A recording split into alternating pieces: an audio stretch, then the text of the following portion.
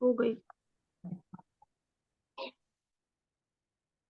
नमो हरिहन्ताणम् नमो सिद्धाणं नमो आयरीयानम् नमो उज्झायानम् नमो लोये सवसाहुणम्।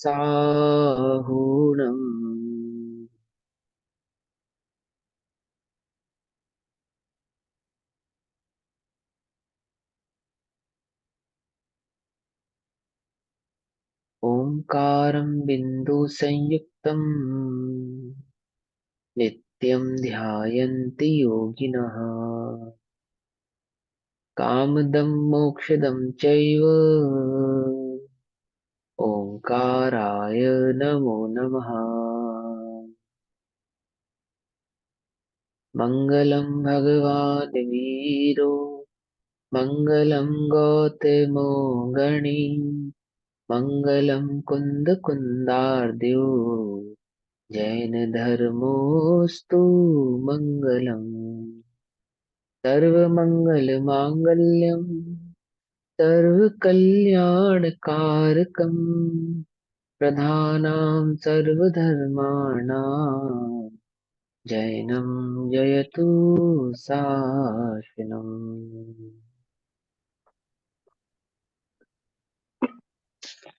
नमः समे साराय स्वानुभूत्य च कासते चित्स्वभावाय भावाय सर्वभावान्तरच्छिदे।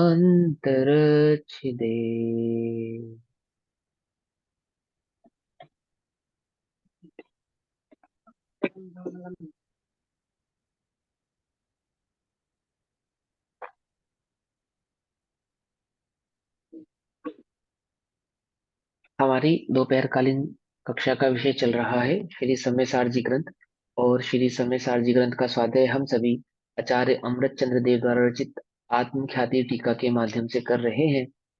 इसमें अपना स्वाध्याय कर्ता कर्म अधिकार गाथा नंबर 89 का आज स्वाध्याय होना है। गाथा नंबर 89 कर्ता कर्म अधिकार पेज नंबर 163, पेज नंबर 163 पर। अभी तक हमने गाथा नंबर 88 तक समझा है ना। क्या पढ़ा हमने कि मिथ्यात्व और अज्ञान ये सब कैसे हैं, है ना। ये पुद्गल और जीव की अपेक्षा से दो प्रकार के हैं, जिसमें जीव का कर्ता जीव है और पुद्गल का कर्ता पुद्गल है। अर्थात जो कर्म आदि परमाणु है वो पौद्गलिक है और जो ज्ञान आदि भाव है वह जीव का है। अज्ञान ज्ञान आदि भाव के द्वारा किया गया अज्ञान जीव का है और पुद्गल में होने वाले जो आठ कर्म रूप परिणमन है वे पुद्गल के हैं। इस प्रकार से मिथ्यात्व योग अवृत्ति और अज्ञान अजीव है, उद्गल कर्म है।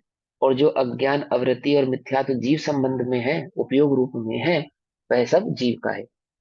अब प्रश्न उठता है कि मिथ्या दर्शन आदि चैतन्य आदि परिणाम किस प्रकार से हो सकते हैं, चैतन्य का वह विकार किस प्रकार से हो सकता है। क्योंकि चैतन्य तो हमने सुना है निर्विकार ही होता है सदा। एक द्रव्य में दूसरे द्रव्य का कोई भाव नहीं होता, दोनों भिन्न होते हैं। आप चैतन्य में विकार बता रहे हो तो चैतन्य में विकार किस अपेक्षा से बता रहे हो, कैसे बता रहे हो, तो उस भाव को गाथा नंबर 89 में समझाएंगे। ऐसा नहीं कि मैं मिथ्या दृष्टि नहीं हूं, मैं अज्ञानी नहीं हूं, मैं चैतन्य हूं। ये बात भी सत्य है कि मैं चैतन्य हूं, परंतु मैं अपने चैतन्य भाव को नहीं जानता हूं, यही मेरा मिथ्या। मैं अपने चैतन्य भाव का अनुभव नहीं करता हूं, यही मेरा ज्ञान है। मैं अपने चैतन्य भाव का अनुभव नहीं करता हूं, यही मेरा अविरत है। ठीक है ना, अविरत समझते हो ना। चारित्र नहीं होना अविरत, ज्ञान नहीं होना अज्ञान, और दर्शन नहीं श्रद्धान नहीं होना मिथ्यात्व। तीन चीज हो गई ना, मिथ्या दर्शन, मिथ्या ज्ञान और मिथ्या चारित्र। मिथ्या चारित्र को यहाँ पे अविरति कह के समझाया, मिथ्या ज्ञान को यहाँ पे अज्ञान कह के समझाया, और मिथ्या दर्शन जो है उसको मिथ्या दर्शन मिथ्या तो कह ही रहे हैं। आत्मा के जो तीन गुण हैं दर्शन ज्ञान और चारित्र की अपेक्षा से इन भावों को यहाँ पर समझा रहे हैं। ठीक। गाथा नंबर 89। ओगस्त्यणाई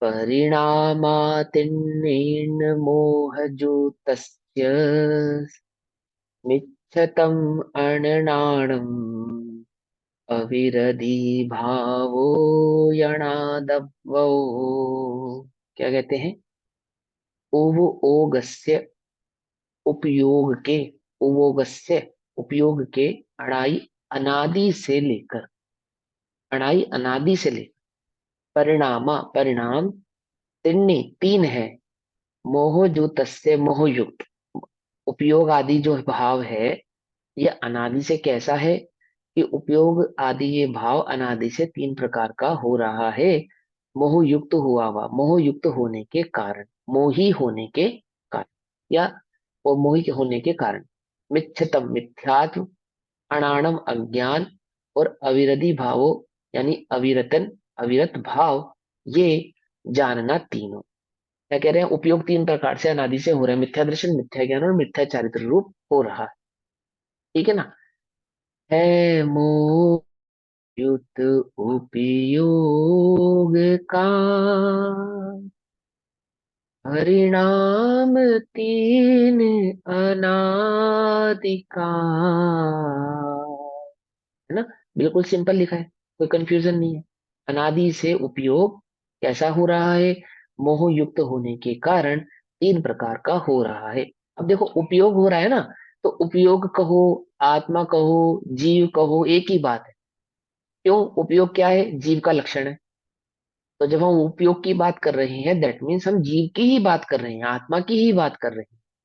हम मिठास की बात कर रहे हैं तो शक्कर की बात कर रहे हैं, है ना। इसी प्रकार हम उपयोग की बात कर रहे हैं तो हम आत्मा की बात कर रहे हैं। तो कहते हैं, है मोह युक्त उपयोग का परिणाम तीन अनादिकाल, मिथ्यात्व अरु अज्ञान अविरत भाव, ये त्रय जानना। हम्म? मोह युक्त से, अनादि से मोह युक्त होने से, मोही होने से, उपयोग से उपयोग के, अनादय अनादि से लेकर, त्रय परिणाम, तीन परिणाम है। तीन परिणाम है दैट मीन्स तीन प्रकार के भाव है उपयोग के। उपयोग क्या है, ज्ञान और दर्शन तीन प्रकार से वर्त रहा है, मिथ्या दर्शन, मिथ्या ज्ञान और मिथ्या चारित्र रूप वर्त रहा है। यहाँ पे मिथ्या दर्शन को मिथ्यात्व, है ना, और मिथ्या ज्ञान को अज्ञान, और मिथ्या चारित्र को अविरत, ऐसा कहा। ठीक। कि त्रय परिणाम, तीन परिणाम से है, वे मिथ्यात्वम मिथ्यात्व, अज्ञानम अज्ञान, च अविरति भाव और अविरति भाव, ऐसे तीन ज्ञातव्य है, जानना चाहिए। ठीक है ना। ये तीन प्रकार से ऐसे जानना चाहिए। 25 कषायों में कषाय होते हैं अरति कषाय। 25 कषायों में कषाय होती है अरति कषाय। अरति क्या होता है कि जिस जिस संदर्भ में जिस चीज की रुचि ना हो, जैसे किसी को भोजन की रुचि नहीं है तो भोजन से अरति हो जाना, किसी वस्तु से अरुचि हो जाना, किसी वस्तु से अरुचि हो जाना उसको अरति कहते हैं। ठीक है ना। किसी भी वस्तु से हो सकती है ना। और हमें कितनी सारी वस्तुओं से ही रुचि नहीं है हमें उसकी।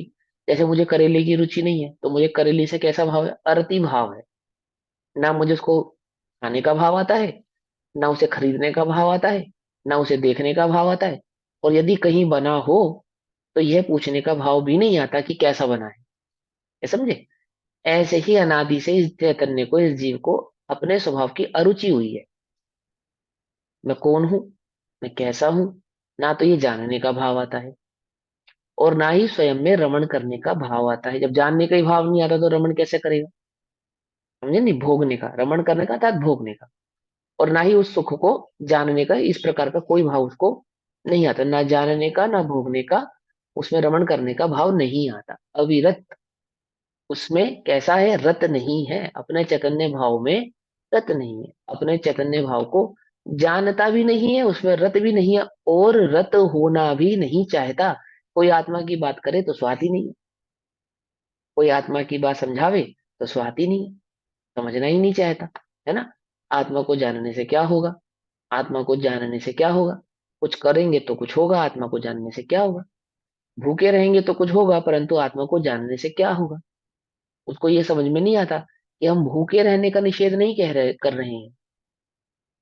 जिसने अन्न के एक दाने को भोगा भी नहीं है, ऐसे अनादि के उपवासी आत्मा को जानने की बात कर रहे हैं। अनादि का उपवासी आत्मा समझ गए ना क्या? जिसने भोजन का एक दाना भी अनादि से नहीं चखा हुआ, तो ये आत्मा अनादि से उपवासी हुआ या नहीं हुआ? हुआ ना। तो ऐसे अनादि के उपवासी आत्मा को जानने से सहज ही उपवास वर्तता है, करना नहीं पड़ता। ठीक है ना। परंतु वह करने को, उपवास करने को धर्म मानता है। आदि आदि में जानना, मैं तो एक उदाहरण के रूप में कहा। और इस आत्मा को जानने का भाव नहीं रखता। यदि मैं आत्मा को जानूंगा, आत्मा को समझूंगा, तो कहीं मुझे वैराग्य ना हो जाए, तो फिर परिवार का क्या होगा? फिर संसार का क्या होगा? है ना। ऐसे कई प्रकार के तमाम उसके चित्त में भाव हैं। क्या है कि वह आत्मा को जानना नहीं चाहता, सुहाता नहीं है। सुहाता नहीं है, क्या हो गया ये? अविरत रमण करने का परिणाम नहीं है। जानता नहीं है, अज्ञान। और स्वरूप का आनंद अनुभव नहीं किया है, यह है मिथ्यात्व। तो यद्यपि निश्चय से अपने, निश्चय से अपने यानी वस्तु स्वभाव से देखा जाए, तो अपने निज रस से ही सर्व वस्तुओं की अपने स्वभावभूत स्वरूप परिणाम में सामर्थ्य है। क्या मतलब?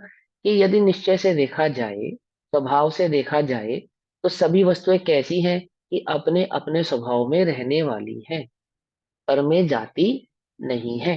ठीक। सामर्थ्य। तथापि आत्मा को अनादि से फिर भी एक भी वस्तु दूसरे में जाती नहीं है, तो ये आत्मा दूसरे में चली गई है ऐसा नहीं है। ऐसा नहीं है। फिर भी, फिर भी अनादि से अन्य वस्तुभूत मोह के साथ संयुक्त पना होने से, क्या कह रहे हैं? कोई भी वस्तु पर में जाती नहीं है, ये आत्मा भी पर में गया नहीं है, तो भी अनादि से एक मोह, मोह, समझे ना। मोह कैसा है? कि मोह के कारण, मोह के साथ संयुक्त पना होने के कारण, मोह का मतलब मिथ्या तो समझो, सही बात नहीं जानने के कारण, सही बात समझ में नहीं आने के कारण, समझे बात। घर में रखी हुई रस्सी कभी भी सांप होती नहीं है, परंतु यद्यपि फिर भी आंख में विकार के कारण क्या क्या हो रहा है? कि वह घर में रखी हुई रस्सी सांप भासित हो रही है। समझे? नहीं समझे?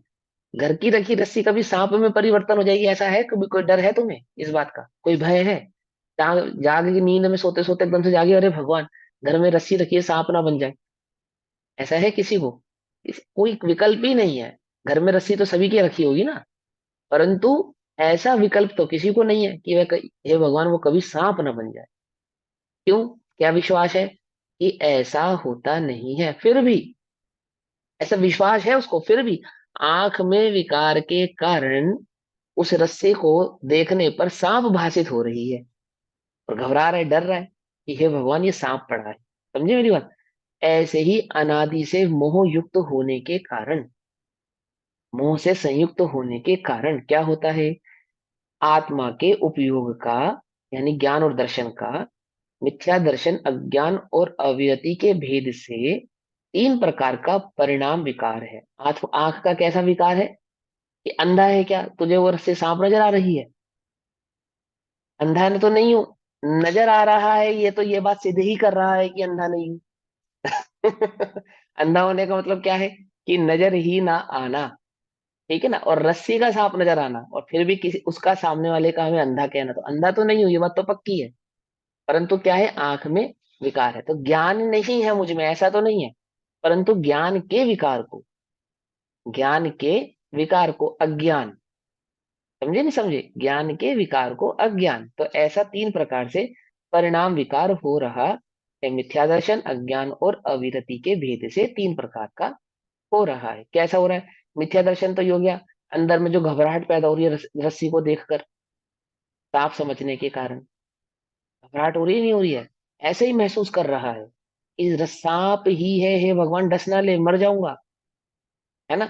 और अज्ञान से ऐसा हो रहा है, स्वरूप नहीं जानता, अज्ञान के कारण ऐसा हो रहा है। और अविरति, अविरति क्या हो रही है कि जहां वह रस्सी पड़ी है वहां जाना नहीं चाहता, उसके नजदीक जाना नहीं चाहता, उसको देखकर भयभीत हो रहा है। कुछ बात समझ में नहीं आ रही? आत्मा को जानना नहीं चाहता, उसका अनुभव नहीं करना चाहता, उसके नजदीक नहीं जाना चाहता, उसमें रमण नहीं करना चाहता। क्यों? क्योंकि आत्मा का सही ज्ञान नहीं है, अज्ञान। और मिथ्यात्व कैसा है कि आत्मा को छोड़कर बाकी जगत की समस्त वस्तुओं में सुख भाषित होता है, आत्मा में दुख भाषित होता है, और जगत की समस्त वस्तुओं में सुख भाषित होता है। ठीक है ना? ऐसे ही वह सांप कैसे, रस्सी कैसी नजर आ रही है? सांप नजर आने के कारण तीन प्रकार के भाव पैदा हो रहे हैं। एक, उसके नजदीक नहीं जाना चाहता, वो मुझे डस ना ले, मैं मर जाऊंगा, ऐसा भय उत्पन्न हो रहा है उसे देख देख कर। ठीक। और कोई इसे हटाओ, कोई इसे हटाओ, तीनों को अज्ञान भी कहो। अज्ञान ही है क्या? तुझे नहीं मालूम? फोबिया होता है ना कुछ लोगों को, फोबिया, है ना? ऐसा ही होता है, वो फोबिया ऐसे ही काम करता है, बड़ा खतरनाक काम करता है। मिथ्या दृष्टि क्या है? मिथ्या दृष्टि और कुछ नहीं है, बस उसे फोबिया हो गया है। क्या फोबिया है मिथ्या दृष्टि को? पर में सुख है। क्या समझे, क्या पागलपन छाया? कुछ सुध बुध ना ही रही है, मिथ्यामति छाई गई है। फोबिया के साथ क्या होता है? यही होता है ना, कोई होश हवास रहता नहीं है, और एक ही वस्तु की ओर, एक ही वस्तु के विचार विचार से दुखी होता रहता है। ऐसे ही मिथ्या दृष्टि को क्या फोबिया है कि पर में सुख है। दिन रात क्या माला फेरता है? वह वस्तु मुझे प्राप्त हो जाए, वह वस्तु मुझसे दूर हो जाए, ऐसा हो जाए तो मैं सुखी हो जाऊं, ऐसा ना हो तो मैं सुखी हो जाऊं। अनादि से बस यही भाव अनादि से करता आ रहा। मैं शरीर हूं, और शरीर के सुख वो अपना सुख मानता है। वो भी अनादि का वो भी। कुछ सुध बुध ना ही रही है ना? और मिथ्यामति छाई गई है। पढ़ा है ना? पढ़ा नहीं पढ़ा? हाँ, बताओ सबको क्या है? वही वो अति पुण्य उदय मम, नहीं नहीं, उसी का ही तो नहीं है, पढ़ा। अति पुण्य उदय मम आयो। अति आलोचना पुण्य उदय पूछना मम है। आया, प्रभु तुम्हारा दर्शन पाया, ये तो भगवान की स्तुति है। हाँ, इसके बीच में नहीं आती वाले, मुझे लगा नहीं इसके नहीं बीच। नहीं, आलोचना अच्छा। पाठ है। आलोचना पाठ पढ़ो आप, अमित गति सूर्य जी का, हिंदी का। उसमें ये भाव आता है, झाड़ू ले जांगा बुहारी, है ना, रस जीवन राशि विदारी, आदि आदि ये भाव। करते नहीं, आलोचना नहीं करते, समाइक नहीं करते, माला नहीं फेरते, है, कुछ नहीं करते। बस 1 घंटा भैया आपकी क्लास में आ जाते हैं, हमारे षट कारक इसी में हो जाते हैं, छठावशक इसी में पूरे हो जाते हैं। क्या? देव दर्शन, गुरु उपासना, स्वाध्याय, संयम, तप और दान, ये शतावशक होते हैं। एक श्रावक के शतावशकों का अनुपालन करता है, उसको श्रावक कहते हैं। देखो, श्रावक दो प्रकार के होते हैं। बताऊं तुम्हें, दो प्रकार के श्रावक होते हैं। और जैन दर्शन में दो प्रकार के श्रावक। कौन कौन से होते हैं दो प्रकार के श्रावक? जिन्हें धर्म, देव, शास्त्र, गुरु से कुछ लेना देना नहीं है, कोई लेना देना नहीं, उनका स्वरूप भी नहीं जानते, जानते ही नहीं। 5 नंबर फल और 3 मकार का त्याग मात्र उनको है, उनको भी श्रावक कहते हैं। क्या कहा? 5 नंबर फल और 3 मकार का त्याग है, बस श्रावक हैं वे। भले ही उन्हें देव, शास्त्र, गुरु के स्वरूप का ज्ञान नहीं है। ये कैसी बात करो कि हाँ ऐसी ही बात है, ऐसी ही बात है, चाहे आपको यकीन हो चाहे ना हो, बात ऐसी ही है। और जिसको जैन दर्शन में श्रावक कहा जाता है, देव, शास्त्र, गुरु की निश्राय का जो श्रावक है, एक्चुअल में वो कैसा श्रावक है कि जो षट आवश्यकों का अनुपालन करता हो, समझिए मत, उसको श्रावक कहते हैं। और षट आवश्यक कौन कौन से हैं? देव दर्शन, गुरु उपासना, स्वाध्याय, संयम, तप और दान। ये षट आवश्यकों का जो अनुपालन करे, उसको श्रावक जानना। कोई बात समझ में आई? संयम मात्र कैसे दा- फिर भी? संयम कैसे? देखो, आप जो रात्रि भोजन नहीं करेंगे, आप जो 5 नंबर फलों का त्याग करके करेंगे, आपने जो अभक्ष आदि पदार्थों का त्याग किया है, जमीन आदि उनका त्याग किया है ना? और जिस भी भूमिका में आप हैं, कुंवारे हैं तो कुंवारेपन का, ब्रह्मचर्य का अनुपालन संयम कहलाता है। शादी होने के बाद एक पति व्रत जो धारण किया वह संयम कहलाता है। रात्रि भोजन आदि का जो आपने त्याग किया वह संयम कहलाता है। संतोष से जो आप धन अर्जन उपार्जन करेंगे वह संयम कहलाता है। ये सब संयम की ही कोटि में आते हैं। सही बात समझ में? नहीं समझ में आई? ठीक है ना? नहीं समझ तो आता है।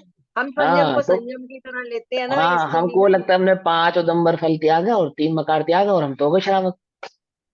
कौन से श्रावक हो गए? कौन सी श्रावक संज्ञा प्राप्त हुई तुमको? ये भी तो विचार करो। मात्र इतना करने वाले को श्रावक कहने का मतलब क्या है? कि ऐसा व्यक्ति जैन धर्म, क्योंकि जैन जाति नहीं है ना, क्योंकि जैन जाति नहीं है, तो जैन धर्म का अनुपालन करने योग्य हो सकता है, इस अपेक्षा से वो श्रावक। कुछ बात समझे? जैसे वैश्य जाति का है कोई व्यक्ति, शूद्र जाति का है कोई व्यक्ति, क्षत्रिय जाति का है कोई व्यक्ति, और जैन धर्म का अनुपालन करना चाहता है, तो क्या करे कि 5 नंबर फल और 3 मकार का त्याग अवश्य ही करे, तो उसे श्रावक अंगीकार हुआ माना जा सकता है। मैंने श्रावक के योग्य हो गया ये व्यक्ति है श्रावक बने के। 3 लेकिन प्रकार जैन का हो त्याग गया भी कौन सा है? 5 उदंबर फल और 3 मकार, मधु मकार, मांस मदिरा। मधु यानी शहद, मांस यानी हम्म। कि नॉनवेज है ना, और मदिरा यानी कि शराब नशाकारक। अब मदिरा में मात्र शराब नहीं आती है, मदिरा में सभी प्रकार के जो नशाकारक पदार्थ होते हैं वो सभी उसमें मदिरा में काउंट होते हैं। ठीक है तो ना? मदिरा का अर्थ व्यसन होता भी है जो इसी में मद आएंगे उत्पन्न क्या? करे। मदिरा का सब तो उत्पन्न अर्थ व्यसन भी होता है, इसी में आएंगे। हाँ सब देखो वो बताते हाँ, हैं आपको, वो हमारे भी में सत्य समझाएंगे। व्यसन आ जाते हैं ना। हमारे में हाँ आ हाँ जाता है वो भी झूठ, आएंगे, चोर। वो भी हाँ, आएगा, वो ये भी सब। आएगा, वो भी समझ लाएंगे।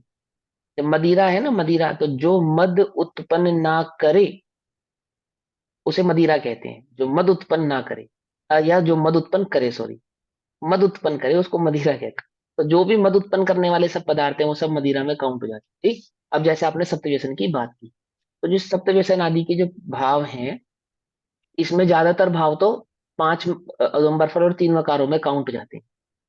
मधु मांस और मदिरा में लगभग लगभग सप्तव्यसन के कुछ भाव तो उसमें काउंट है, जैसे शिकार खेलना, मांस खाना और शराब पीना। हम्म। ठीक है ना? ये 3 हो गए ना। अब आगे बचे बचे आपके कौन सा? परस्त्री सेवन, वैश्यागमन, और जुआ, जुआ खेलना। स्त्री भेद, ठीक है पुरुष ना? भेद, नपुंसक भेद। और है क्या क्या कहा? स्त्री भेद, पुरुष भेद, नपुंसक भेद। चोरी भैया। वेद नहीं भैया, क्या वेद है वो नहीं, हाँ चोरी हो चोरी गई, होती है। चोरी। चोरी हाँ चोरी जुआ। होती है। हाँ हाँ, चोरी चोरी चोरी जुआ होती होती है। है। हुआ आता है। हाँ हाँ, जुआ आता है। झूठ चोरी। चोरी। हाँ बोल रहा हूँ, सुनो तो सही।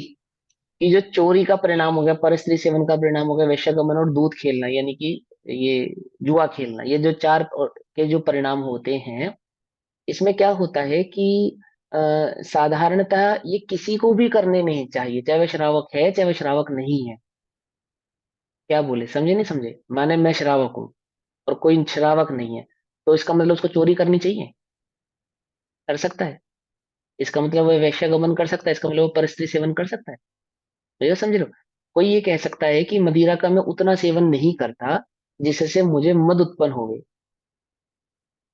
ठीक है, लेकिन मैं चोरी थोड़ी तो कर सकता हूँ ना, कि चोरी मदिरा आप इतना सेवन, जैसे पुलिस कहती है ना आप इतनी मदिरा तो पी सकते हैं, 30 ml आपके शरीर में जांच करेंगे, इतनी इतनी अगर आपके शरीर में मदिरा पाई गई तो आप अपराधी नहीं पाए जाएंगे। इसका मतलब शराब पीने को सरकार अपराध नहीं मानती। कुछ बात समझ में आई नहीं? लेकिन किसी प्राणी के, किसी जीव के प्राण को घात कर लेने को तो अपराध है ना। पर उसमें भी छूट है कि नॉनवेज खाने वालों को छूट दी है सरकार ने, पर चोरी करने की किसी को छूट नहीं दी गई, परस्त्री आदि सेवन करने की छूट किसी को नहीं दी गई, जुआ खेलने की छूट किसी को, किसी के लिए भी नहीं है। क्या कहा? वैश्यागमन की छूट किसी के लिए नहीं है जगत में किसी के लिए? शराब पीने की छूट तो है, मांस खाने की छूट तो है। कुछ बात समझ में आ रही है या नहीं आ रही है? समझे नहीं समझे? पकड़ पा रहे हो बात को, नहीं पकड़ पा रहे हो? तो ये जो चार चीजें प्रतिबिंबित हैं, ये तो सभी के लिए है, कॉमन है। चाहे वो जैन है चाहे वो जैन नहीं है, चाहे वो जैन श्रावक है चाहे वो जैन श्रावक नहीं है, किसी भी धर्म का अनुपालन करता हो, जिस धर्म में मांस खाने का व्यवधान है कि खा सकते हैं आप, उस धर्म में भी चोरी करने का व्यवधान तो नहीं है कि आप चोरी कर सकते हैं, है ना? जिस धर्म में शराब को होली वाटर माना जाता है, उस धर्म में भी तो ऐसा तो नहीं है ना कि हाँ, आप चोरी कर सकते हो, जब आप जुआ खेल सकते हो। नहीं मानते ना? समझ में आ रही बात, नहीं समझ में आ रही है? तो यह तो सभी के लिए प्रतिबंधित है, इसीलिए उसको श्रावक होने ना होने के लिए तो चार चीज तो छोड़ ही दो आप, ये तो आपको अलाउ ही नहीं है। लेकिन श्रावक होने के लिए क्या क्या करना है आप? इस सामान्य श्रावक होने के लिए तो 5 औदुंबर फल और 3 मकर का त्याग करना है। लेकिन यदि आप जैन श्रावक हैं, समझे, स्वाध्यायी हैं, मोक्ष मार्गी हैं, रत्नत्रय का अनुपालन करने वाले हैं, तो आपको ये पता होना चाहिए। क्या पता होना चाहिए? तो जो अन्य नहीं करते वो तो हम करते ही नहीं, परंतु हम क्या विशेष करते हैं कि देव पूजा, गुरु उपासना, स्वाध्याय, संयम, तप और दान, छठ कर्माणी दिने दिने 6 कर्मों को, 6 आवश्यकों को निरंतर अनुपालन हम करते ही करते हैं। ठीक है, या नहीं समझ में आई? आगे समझ में? हाँ, और ये जो आप आलोचना पाठ पढ़ते हैं, सामायिक पाठ पढ़ते हैं, ये क्या है? ये गुरु उपासना का ही अंग है। ये गुरु उपासना का अंग है। जब आप गुरु के समक्ष जाते हैं तो क्या कर, किस भावना से जाएंगे कि भगवान, हे गुरुदेव, मेरी दुकान नहीं चल रही, इसलिए मैं आपके दर्शन करने आया हूँ। या मेरे शरीर में दर्द है, मेरे गोड्डे टूट गए हैं, फला दर्द हो रहा है, इसका उपाय करने आया हूँ। इसके लिए गया हूँ कि अभी मेरे तक जीवन में जो दोष हैं, उन दोषों के निवारण हेतु मैं आपके पास आया हूँ। ठीक है ना? ये मेरे दोष हुए, है ना? तो जो दोषों का जो गुरु के सामने जो दोष रखे जाते हैं, या गुरु के समक्ष जाने पर जो गुरु दोष निकालते हैं, समझे नहीं समझे, वो क्या है? आलोचना। आप जो बताएंगे ना, आलोचना करेंगे, वो उसको बाहर निकालेंगे। और समाइक, समाइक का मतलब होता है कि आपको स्थित करते हैं, आत्मा में स्थित करते हैं, पाप से निकालते हैं, धर्म में स्थित करते हैं। इसको कहते हैं समाइक। धर्म में स्थित होना, धर्मी में स्थित होना, इसको समाइक कहते हैं।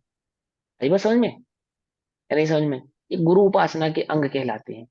वो था ना भील, वो गुरु के समक्ष गया, तो गुरु ने क्या किया? मुनिराज ने क्या किया कि भैया तू त्याग कर, आप मुझे अपने शरण में ले लो, मुझे आप प्रिय हो, आप वन देवता हो, आदि आदि। उसको तो मालूम नहीं था जैन मुनि हो, तो वन देवता समझ रहा था उन्हें। और आप मुझे धर्म का ज्ञान दो, धर्म की शिक्षा दो। तो क्या कहा उन्होंने? संयम का उपदेश दिया। तेरे जीवन में ये दोष है, इनका, इनको छोड़। कि प्रभु मैं इनको नहीं छोड़ सकता, आप तो कहते हो दोष है, और मैं भी मानता हूं, पर मैं नहीं छोड़ सकता। तो एक काम कर, चल, तो कौवे के मांस का त्याग कर। वो तो नहीं खाता ना, वो तो नहीं खाता ना। हम गुरु के समक्ष गए तो क्या लेकर आए? हम पाप छोड़ें, संयम धारण करें। ये होता है गुरु के समक्ष जाना, उनके निकट जाना। आत्मा के निकट जाने वाले को सुख उत्पन्न होता है, गुरु के निकट जाने पर संयम उत्पन्न होता है। क्या कुछ बात समझ में आई? स्थिरता उत्पन्न होती है? हाँ, पूछो, क्या प्रश्न पूछ रहे हो आप? नहीं, किसी के पास हो गया। हो गया? हाँ, वो पूरा सुनोगे तो सभी सवालों के उत्तर आ ही जाएंगे। चलो अभी चलते हैं। यद्यपि निश्चय से, अपने निज रस से ही, अपने स्वभाव से ही, निज रस यानी कि अपने अनंत गुणों से ही, सर्व वस्तुओं की अपने स्वानुभूत स्वरूप परिणाम में सामर्थ्य है, अर्थात अपने स्वभाव में स्थित रहती हैं सभी वस्तुएं। फिर भी आत्मा को अनादि से अन्य वस्तुभूत मोह के साथ संयुक्त पना होने से, अज्ञान होने के कारण, मोही स्वभाव, मोह उत्पन्न होने के कारण, मोही होने से, आत्मा के उपयोग का मिथ्या दर्शन, अज्ञान और अविरति के भेद से 3 प्रकार का परिणाम विकार है। परिणाम विकार है। अब इस परिणाम विकार को कहीं कहीं पे गुण विकार भी कहते हैं। जैसे ज्ञान का, ज्ञान रूपी गुण का विकार है अज्ञान, श्रद्धान रूपी गुण का विकार है मिथ्या श्रद्धान, और चारित्र रूपी गुण का विकार है अविरति। अविरति। तो हाँ, तो इस परिणाम विकार को गुण श्रद्धान का विकार। मिथ्यात्व है। हाँ दीदी, क्या कह रहे हैं? श्रद्धान का मिथ्यात्व है। अश्रद्धान का मिथ्यात्व तो श्रद्धान का बोला, मिथ्यात्व तो कहा है, हाँ मिथ्यात्व। भाई। हाँ ठीक है ना, हाँ। मैं कुछ भैया ने गलती मिथ्या करूँ तो, श्रद्धान ही बोला था, नहीं भैया ने मिथ्या हाँ कोई बात श्रद्धान नहीं, ही बोला था। कोई बात नहीं, कोई बात नहीं, कोई बात नहीं। सुन, ये ऑनलाइन का ऐसे ही सिस्टम है, कुछ का कुछ सुनाई दे जाता है कई बार। कई बार हम रिकॉर्डिंग भी सुनते हैं ना, कहना कुछ चाहते हैं, वो एक बीच में नेट चला जाता है, और बात की कुछ कुछ कुछ की कुछ हो जाती है। मिथ्या दर्शन में मिथ्या तो हो जाता है गुण, और दर्शन ही दर्शन रह जाता है। ठीक है ना? ऐसा ही है इसका तो स्वभाव। तो प्रकार का परिणाम विकार है, परिणाम विकार है, गुण विकार है। पर शायद अभी हाँ तक ऐसा हुआ नहीं कि दर्शन में मिथ्या तो हो जाता है गौण और दर्शन रह जाता है, तो ऐसा अभी तक शायद हाँ हुआ नहीं। नहीं, मैंने कई कई हुआ था प्रवचन सुने हैं। अरे अभी मैंने ऐसे, कई प्रवचन तभी सुने थे। तभी मैंने बोला कि हाँ वो शब्द बाहर सुना दिया हाँ, मुझे। हो जाता है, ऐसा हो जाता है, इंटरनेट सबका अलग अलग है ना, ऐसा हो जाता है। तो प्रकार का परिणाम विकार, उपयोग का, इसी से तो देखो यही तो समझ में आनी चाहिए ना। आहा, इंद्रिय ज्ञान ज्ञान नहीं है, समझे नहीं समझे? इसी से तो कान जो सुनते हैं वो सब सत्य थोड़ी है।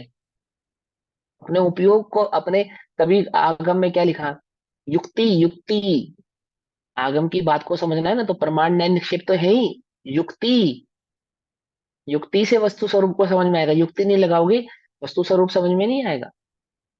समझे? जो युक्ति नहीं लगाते हैं वो क्या कहलाते हैं, शब्द मलेच्छ कहलाते हैं। शब्द मलेच्छ कहते हैं उनको, युक्ति नहीं लगाने के कारण। ठीक है ना, युक्ति लगानी पड़ती है तब वो भाव समझ आता है। देखो देखो ये कोई ना, आप कोई भी गड़बड़ मत करना, दिगंबर श्वेतांबर को भेद नहीं है, मैं आपको वस्तु स्वरूप समझा रहा हूँ, है ना। हाँ, क्योंकि अपनी कक्षा में ना ज्यादातर श्वेतांबर भाई बहन है, तो बात को गलत ना समझे, हम तो सिर्फ उसकी बात समझाएंगे आपको, वस्तु स्वरूप है ना, उसकी अपेक्षा से मैं आपको ये उदाहरण दे रहा हूं। जैसे भगवान, जैसे मुनिराजों के 22 परिचय होते हैं, 22 परिचय होते हैं ना, तो उसमें एक अचेल नाम का परिचय होता है, अचेल नाम का परिचय होता है, तो सभी में कॉमन है, हमारे दिगंबर और श्वेतांबर दोनों जगह कॉमन है अचेल नाम का परिचय। तो हम अचेल नाम के परिचय में क्या लगाते हैं, हम अचेल नाम के परिचय में एक युक्ति लगाते हैं। क्या युक्ति लगाते हैं कि कम वस्त्र को भी अचेल कह देते हैं कहीं कहीं पे, और कहीं कहीं पे ऐसा भी कह देते हैं, क्या युक्ति लगा देते हैं उसके अंदर, कि भगवान के जमाने में अचेल था और अब जो है वो अचेल नहीं है, परंतु वो कम वस्त्र जो उसने धारण किया है वो अचेल परिचय ही माना जाएगा। ठीक है, लेकिन उन्हीं 22 परिचयों में एक परिचय और होता है, उन्हीं 22 परिचयों में एक परिचय और होता है, और परिचय का नाम मुझे थोड़ा सा ध्यान नहीं आ रहा, मैं नाम बताऊंगा आपको, श्वेतांबर मत के बात के अपेक्षा से समझा रहा हूँ। उसमें ये स्पष्ट लिखा है कि जब मुनिराज शयन करें तो शयन करते समय उनको जो तुनका आदि, कंकड़ आदि चुभ जावे, तो चुभने पर वस्त्र आदि की अपेक्षा का परिणाम ना रहे, ऐसा भाव उत्पन्न ना हो कि कोई वस्त्र होता तो ये तुनका ये कंकड़ मुझे नहीं चुभता, है ना, उस ऐसी भावना ना डंक होने का परिचय नाम में होता है या ये डंक है, परिचय में होता है? डंक परिचय हो डंक सकता परिचय, होगा, डंक डंक परिचय। परिचय। हाँ, तो डंक परिचय में हो सकता है, वैसे शायद वो मच्छर वाला परिचय है डंक परिचय, और वो एक परिचय अलग होगा ना, ऐसे ही कुछ वो परिचय है, नाम भी बता देता हूँ, मैंने कहीं नोट तो किया ही होगा, रुको ये बता ही देता हूँ याद।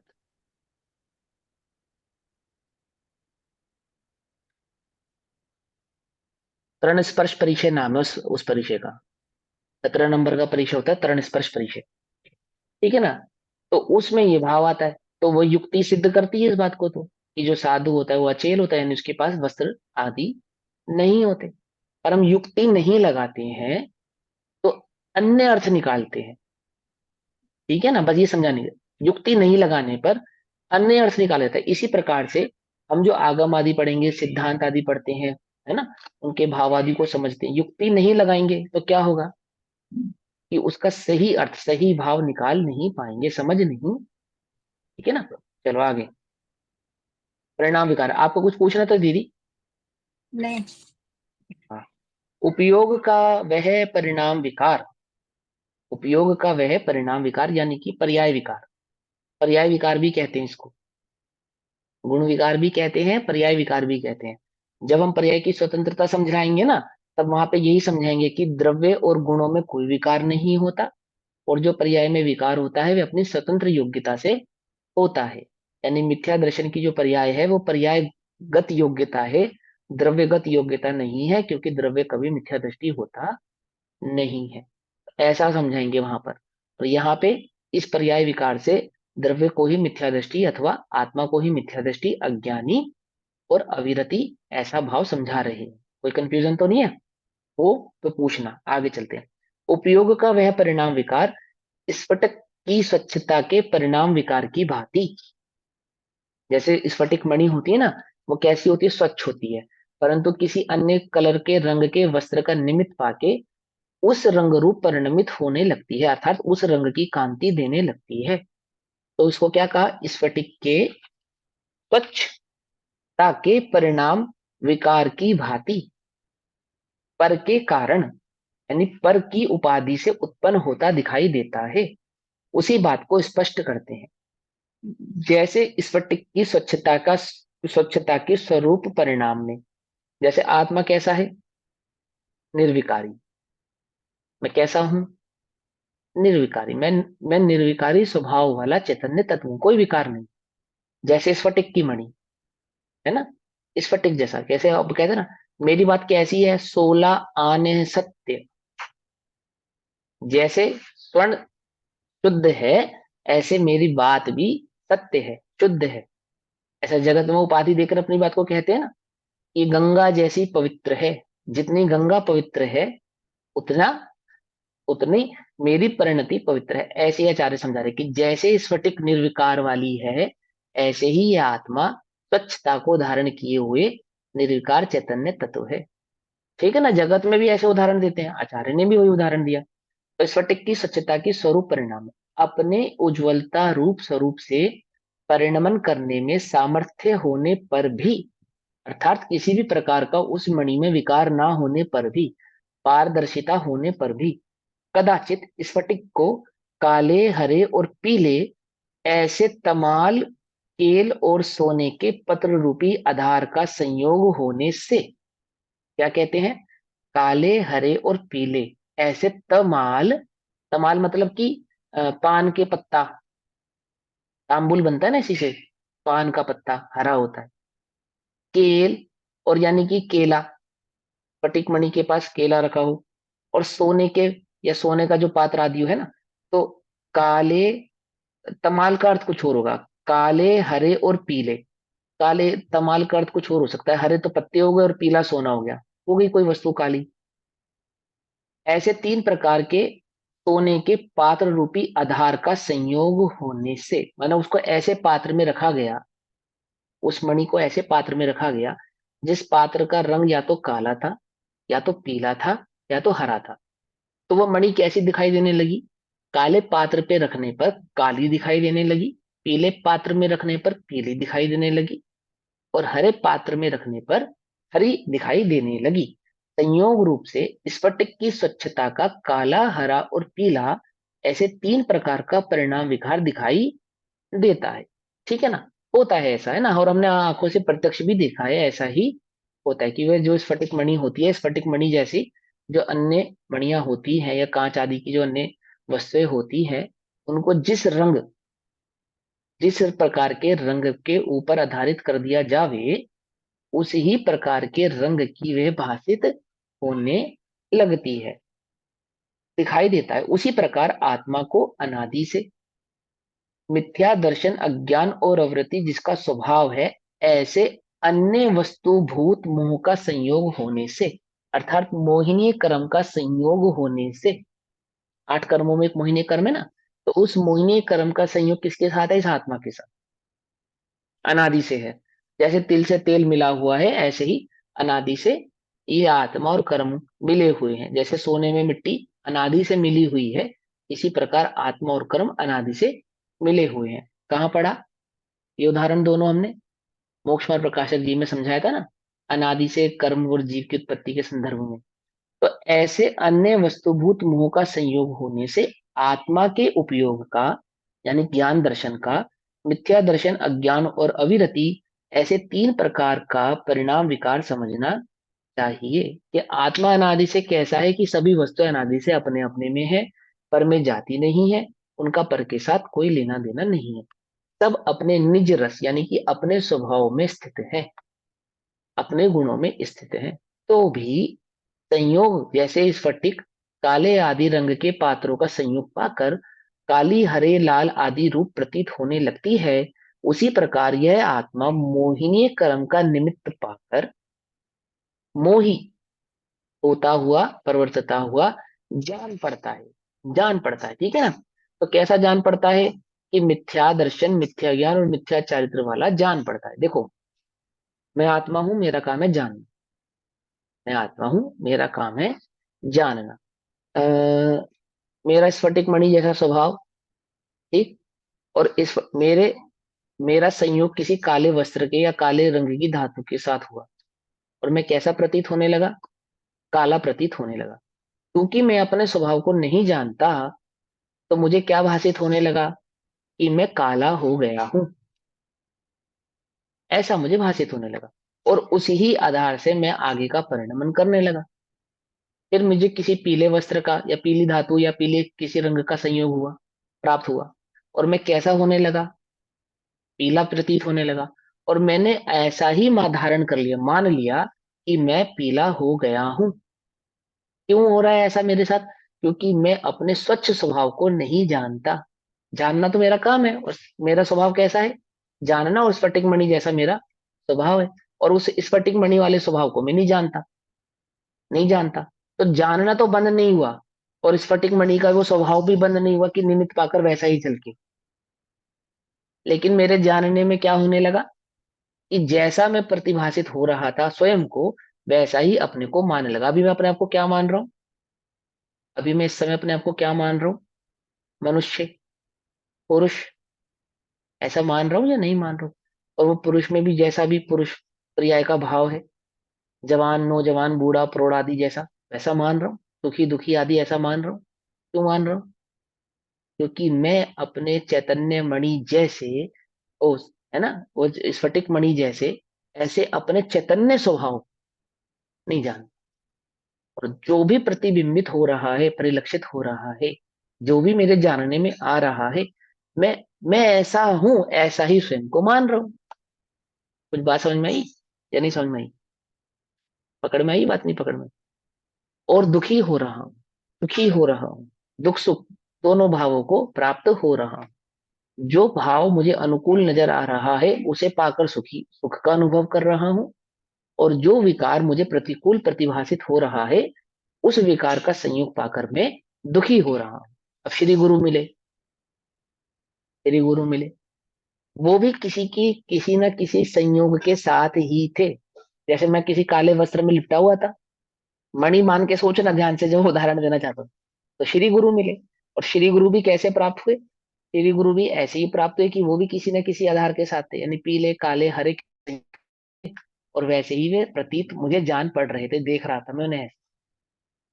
तो मैंने श्री गुरु से पूछा कि भैया, मैं भी काला हूं और तुम भी काले हो, और मैं काला इतना दुखी हो रहा हूँ, तुम काले मुझे दुखी क्यों नजर नहीं आ रहे? तो उन्होंने कहा कि देखो भाई, मैं काला हूं ही नहीं।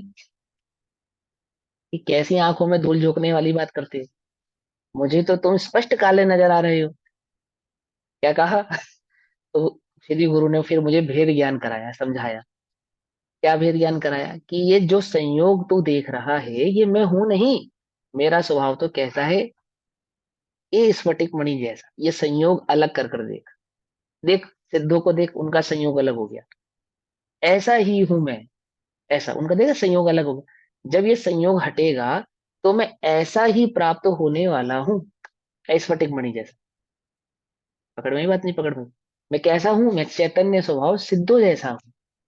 ऐसा जानते ही, ऐसा अनुभवते ही क्या प्रकट हुआ उसको? कि वह जो संयोग के प्रति दुख उत्पन्न हो रहा था, संयोग भले ही दूर नहीं हुआ हो, परंतु क्या हो गया? दुख दूर हो गया। अहो, इन बातों की तो मुझे खबर ही नहीं थी, और मुझे तो मालूम ही नहीं था। ये तो संयोग के कारण में ऐसा रिफ्लेक्ट हो रहा था। कुछ बात समझ में नहीं? कि मेरा संयोग ऐसा नहीं है, नहीं है, तो मेरा भाव भी, स्वभाव भी ऐसा ऐसा नहीं है। वो संयोग के कारण ऐसा हो रहा है, ऐसा हो रहा है। और ये संयोग बदलता है तो रंग बदलता है। और मैं अनादि से आज तक ये जान नहीं पाया। क्या नहीं जान पाया? इस संयोग के बदलाव का रिफ्लेक्शन मुझ में होता है, और मैं बदल गया, मैं स्वयं को ऐसा मान रहा। मैं तो कभी बदलता नहीं। ऐसा श्री गुरु की शरण से ज्ञान प्राप्त कर कर वह अब किस संयोग से दुखी होने वाला है? कि वह अब किसी भी संयोग से दुखी होने वाला नहीं है। कुछ बात समझ में आई या नहीं समझ में आई? समझे ना? ऐसा हूं ना मैं, तो संयोग से हो रहा था, रिफ्लेक्शन हो रहा था, बट मेरा स्वभाव तो ऐसा नहीं। ऐसे 8 कर्मों का, 4 कषायों का, 25 कषायों का जो रिफ्लेक्शन मुझ में झलक रहा है, मैं भूलवश ये जान नहीं पा रहा हूं कि ये सब संयोग आदि उपाधिक भाव जो है ये मेरे भाव, मेरा स्वभाव नहीं है। मेरा स्वभाव तो कैसा है, एक चैतन्य चमत्कार जैसा। ठीक, अब भावार्थ पढ़ते हैं। आत्मा के उपयोग में यह 3 प्रकार का परिणाम विकार अनादि कर्म के निमित्त से है। ऐसा नहीं है कि पहले यह शुद्ध ही था, अब इसमें नया परिणाम विकार हो गया है। यदि ऐसा हो तो सिद्धों को भी नया परिणाम विकार होना चाहिए, किंतु ऐसा तो नहीं होता। इसलिए यह समझना चाहिए कि वह अनादि से है। और अब 3 प्रकार के परिणाम विकार का कर्तृत्व बतलाते हैं। वो 3 प्रकार के परिणाम किस प्रकार से कार्य कर रहे हैं, ठीक है ना, यह अब इसको बतलाएंगे। ठीक है ना। श्री गुरु की शरण में गया तो परम गुरु तो अरिहंत भगवान, अरिहंत भगवान की शरण में गया, भगवान ने कहा मैं शरीर वाला नहीं हूं। और उसने क्या कहा कि मुझे तो स्पष्ट आप शरीर वाले नजर आ रहे हो, और ये बात पक्की है कि मेरा शरीर कमजोर है इसलिए मैं दुखी हूं, और तुम्हारा शरीर मजबूत है इसलिए तुम सुखी हो। क्या तुम अपने शरीर से धर्म का पालन कर सकते हो इसलिए सुखी हो, और मैं अपने शरीर से धर्म का पालन नहीं कर पा रहा हूं इसलिए दुखी हूं। जो जान यदि अरहंतम, अरिहंत भगवान को अभी उसने जाना नहीं है। क्या कहा, शरीरी परम गुरु। ऐसे श्री गुरु मुनिराज आदि की शरण में गया कि भगवान कैसे, आप सुखी कैसे हो, मुझे भी मैं शरीर वाला दिख रहा हूं और तुम भी शरीर वाले हो।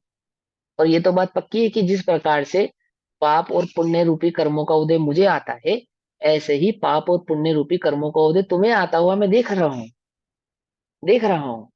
तुम्हारे शरीर में भी किसी प्रकार का रोग उत्पन्न होता है ऐसा मैं जान रहा हूँ। 22 आदि परिचयों को तुम वहन कर रहे हो, यह मैं जान रहा हूँ, देख रहा हूँ। तुम सुखी कैसे हो, क्या कारण है इसके पीछे, कि तू अपने स्फटिकमय भाव को नहीं जानने के कारण संयोग की दृष्टि कर रहा है, और संयोग की दृष्टि से संयोग के बदलने पर मैं बदल गया ऐसा मान रहा है। परंतु तेरा स्वभाव कैसा है कि सभी निज रस में रहने वाले, समझ में एक बात, ये मैं वो शब्दों को आपको इस भाव से जोड़ के समझा रहा हूँ कि सभी अपने अपने भाव में रहते हैं। संयोग अपने भाव में रहता है, तू अपने भाव में रहता है, कोई एक दूसरे में जाता नहीं है। नहीं जाने पर भी संयोग जैसा मैं क्यों नजर आ रहा हूं, अपने स्फटिक मणि जैसे स्वभाव के कारण, अपने स्वच्छ स्वभाव के कारण, ज्ञान स्वभाव के कारण ऐसा तू झलक रहा है, और तेरे जानने में तू मैं ऐसा हूं ऐसा आ रहा है। होली के रंग जैसा, बस, है ना, होली के रंग जैसा जो चेहरे पे लगा तो है पर मेरा नहीं है, ऐसा पूर्ण विश्वास है। लगा तो है, और पिछले 3-4 दिन से लगा, और फिर अगले 3-4 दिन तक लगा रहने वाला है, परंतु क्या विश्वास है कि मेरा नहीं है। और मेरा नहीं है ऐसा विश्वास होने पर भी उसे हटाने का उपाय कर रहा है या नहीं कर रहा है, कर रहा है या नहीं कर रहा है, कि बैठ गया है कि अपने आप हट जाएगा, विश्वास के साथ कि मेरा नहीं है, और उपाय भी कर रहा है। ऐसे ही सम्यक दृष्टि, विश्वास है कि मैं आत्मा हूं, देह नहीं हूं, और उद्यमी भी है, कैसा, त्यागवाद। इस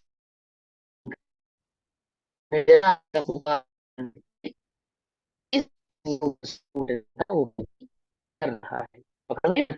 इस गोली का द्वारा मेरा नहीं है।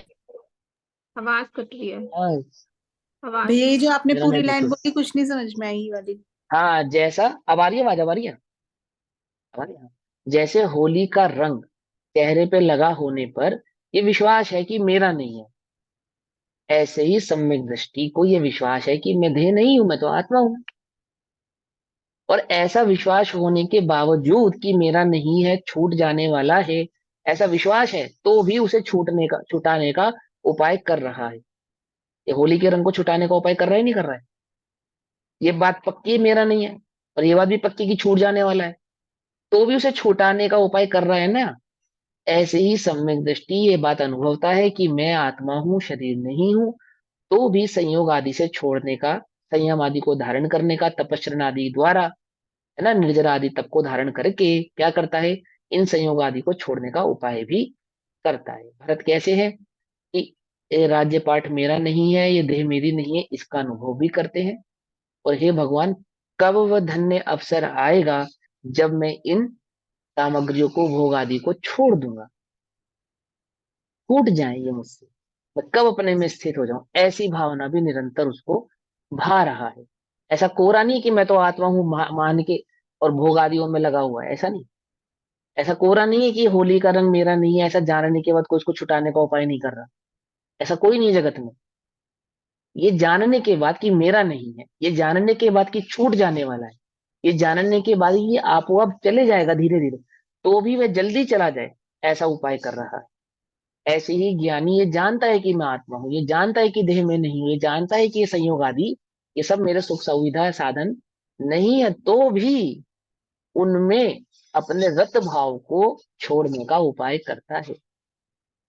मस्त होके उनको भोग रहा है ऐसा नहीं, उल्टा नहीं पकड़ना कि ज्ञानी मस्त होके भोगों को भोगता है, मस्त होके नहीं भोगता, उन्हें छोड़ने का उपाय करता है। अब लगे हुए हैं तो क्या करे, लगे तो है ही, वो तो जानता है इस बात को, लेकिन भाव उनको छोड़ने का है ना। ऐसा उल्टा ग्रहण नहीं करना, सीधी बात को ग्रहण करना कि आत्मा को जाने, आत्मा का अनुभव करे, तो भोगों में, विषयों में, कषायों में सुख जाने, ऐसा नहीं है। ऐसा नहीं है, होली के रंग को अपने से भिन्न जाने और भिन्न जानते ही वो छूट जाए, ऐसा नहीं है। और भिन्न है ऐसा जानकर भी ये लगा ही रहे तो क्या फर्क पड़ता है, ऐसा भी नहीं है। क्या ना लगा रहे, क्या क्या फर्क पड़ता है, ऐसा नहीं। उसको दिन रात परेशान करता है वो रंग, करता है या नहीं करता है, आप तो सबने अनुभव किया ही होगा। इस विश्वास के साथ कि मेरा नहीं है, इस विश्वास के साथ ये छूट जाएगा, और कोई अन्य तुम्हारे पास आकर पूछे कि इस होली के रंग को कैसे छुटाऊं, तो क्या उपाय बतलाते हो कि चिंता नहीं करे, दो दो चार दिन में अपने आप ही छूट जाएगा। तो तुम स्वयं चिंता कर रहे हो या नहीं कर रहे हो इस बात की? कि मैं अंदर में तो स्वयं चिंता कर ही रहा हूँ कि आज ही छूट जाए, लेकिन हाँ मुझे ये विश्वास है कि दो चार दिन में छूट जाएगा। तो भाव के सन्मुख ये कैसे टिकेगी, है ना। विश्वास है ये मुझको, है ना। ऐसा ज्ञानी ये भी जानता है, ऐसा भी जानता है। अज्ञानी क्या है कि वह संयोग आदि के निमित्त से होने वाले विकार को अपने से भिन्न क्यों नहीं जान पा रहा, क्योंकि अपने चैतन्य स्वभाव को नहीं जानता। ठीक है, तो आचार्य आपको क्या उपाय करा रहे हैं कि आप अपने चैतन्य स्फटिक मणि जैसे स्वच्छ परिणाम को, चैतन्य स्वभाव को जानो। जानने से क्या उपलब्धि होगी, क्या उपलब्धि होगी कि वह सम्यक दर्शन उपलब्ध होगा, वह ज्ञान के प्रकाश में क्या प्रकाशित होगा कि पर यानी कर्म आदि जो विकार हैं, जिनको द्रव्य क्रम, भाव क्रम और नौक्रम कहा, और ये जो चैतन्य है, ये दोनों भिन्न भाषित होते हैं, बिल्कुल भिन्न, अति दूर भाषित होते हैं। और एक बार भाषित होने के बाद फिर दोबारा उसमें जाकर मिलते नहीं, फिर वह दुख उत्पन्न होता नहीं है, फिर वह संसार परिभ्रमण रहता नहीं है। हो क्यों रहा है कि जानता नहीं। वो स्फटिक मणि आदि का जो भाव समझाया यहाँ पे, दो प्रकार से समझाया। अब यहाँ पे गाथा नंबर 90 में इसी भाव को और स्पष्ट भाव से तरीके से समझाएंगे। इसका स्वाध्याय हम कल करेंगे, अभी समय हुआ, तब तक के लिए सभी को जय जिनेन्द्र। ओम नमः सिद्धेभ्य। निज निधि निज में बताई यह अनंत उपकार है, उसके लिए जिन वाणी माँ को वंदना शत बार।